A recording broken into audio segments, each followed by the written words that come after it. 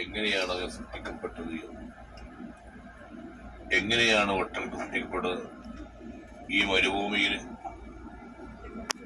എത്രയോ നല്ല ചൂടുള്ള സ്ഥലത്ത് ഒരു വിഷമില്ലാതെ പ്രയാസമില്ലാതെ നടക്കാൻ കഴിയുന്ന രൂപത്തിലുള്ള കുളമ്പ് അല്ലാഹു സംവിധാനിച്ചു.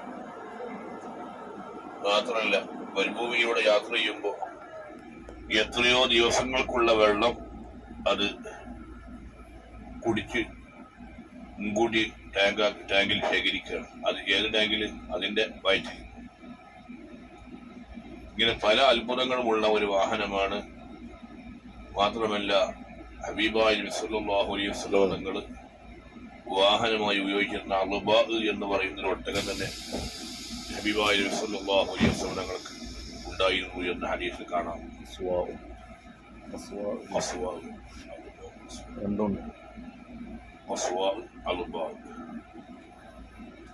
ബഹുമാനികളെ, അപ്പൊ നമ്മളിതൊക്കെ ചിന്തിക്കാന്ന് പറഞ്ഞത്, ഇതൊക്കെ നോക്കണതും കാണുന്നതും ഇതൊക്കെ ഈ ഭാഗത്ത് തന്നെയാണ്. എല്ലാം നമ്മുടെ നിയ്യത്ത് പോലെയാണ്. അല്ലാഹു തആല സൃഷ്ടിച്ച സൃഷ്ടികളിലേക്ക് നോക്കി ഇതിനാൽ നമ്മൾ മനസ്സിലാക്കുന്നത് എന്താണ്? ആരെയാണ് മനസ്സിലാക്കുന്നത്? റബ്ബിനെയാണ്. ഒരു അഅറാബിയോട് എങ്ങനെ ഇനി റബ്ബിനെ നീ മനസ്സിലാക്കി എന്ന് ചോദിച്ചപ്പോ, കൈഫ അറഫ്ത റബ്ബക, രക്ഷിതാവിനെ എങ്ങനെയാണ് മനസ്സിലാക്കിയത് എന്ന് ചോദിക്കുമ്പോൾ അഅറാബി പറഞ്ഞെന്താ? അൽ ബഅറതു തദുല്ലു അൽ ബഗീർ വഅഖറുൽ അഖ്ദാമി തദുല്ലു അൽ മസീർ വസ്സമാഉ ദാതു അബ്റാജ് വൽ അർളു ദാതു ഫിജാജ് അലാ തദുല്ലു അലൽ ലത്തീഫിൽ ഖബീർ. ഒട്ടക കാഷ്ടം ഒട്ടകത്തിന് മേൽ അറിയിക്കണില്ലേ? ഒട്ടകം നടന്ന വഴിയിലൂടെ ഒട്ടകം കാഴ്ചയുണ്ടെങ്കിൽ ഇതിൽ ഒട്ടകം നടന്നു പോയിട്ടുണ്ട് എന്ന് അറിയിക്കും. അലാൽ ബാഗർ തദുല്ലു അൽ ബൈ വഅഖറുൽ അഖ്ദാമി തദുല്ലു അൽ മസീർ. ചെരിപ്പടിയുടെ അടയാളം ആളുകൾ നടന്നു പോയിട്ടുണ്ട് എന്ന് അറിയിക്കുന്നുണ്ടല്ലോ. എന്നാൽ അതുപോലെ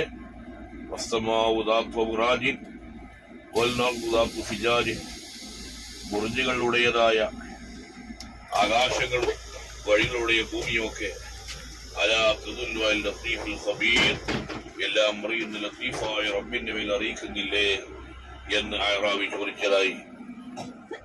لبيك اللهم لبيك لبيك لا شريك لك لبيك إن الحمد والنعمة لك والملك لا شريك لك لبيك اللهم لبيك لبيك لا شريك لك لبيك إن الحمد والنعمة لك والملك لا شريك لك. الله الله الله الله الله الله